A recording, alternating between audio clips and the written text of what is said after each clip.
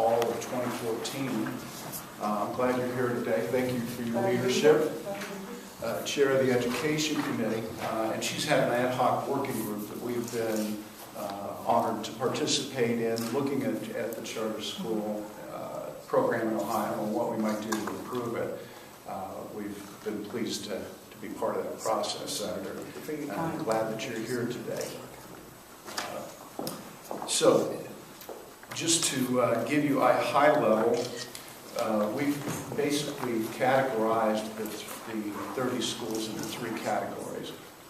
First one we're referring to is Category 1, were schools that had more than 2 standard deviations, which is accountants speak for a lot, from their July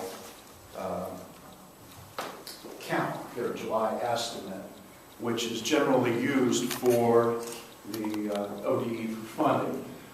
This chart is looking at the Category 1 schools.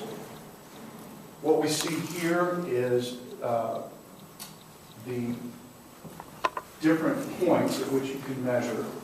We have the July funding date. This is the head count that we actually found. As you can see in each of these schools, there are substantial gaps between what the number of kids who are actually in the school versus the kids that ODE is funding. Now, that doesn't necessarily come to the conclusion we have ghost students here. But what it does mean is that there are significant deviations in the data, and that we need to ask a large number of questions in terms of policy on how we're accomplishing funding and what kind of standards we have. I want to point out that all of our Category 1 students, or all of our Category 1 schools, are dropout recovery programs. Let me say something about dropout recovery programs.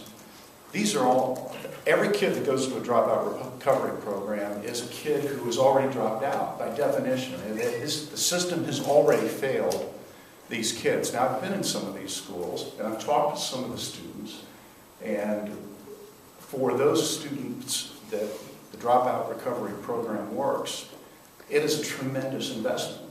It turns lives around. It makes people, it puts people on a path to success in life. So our findings today and the questions that we're raising by no means should suggest that these programs have no worth or no value. But we should begin having a discussion about what these findings mean and what our expectations are.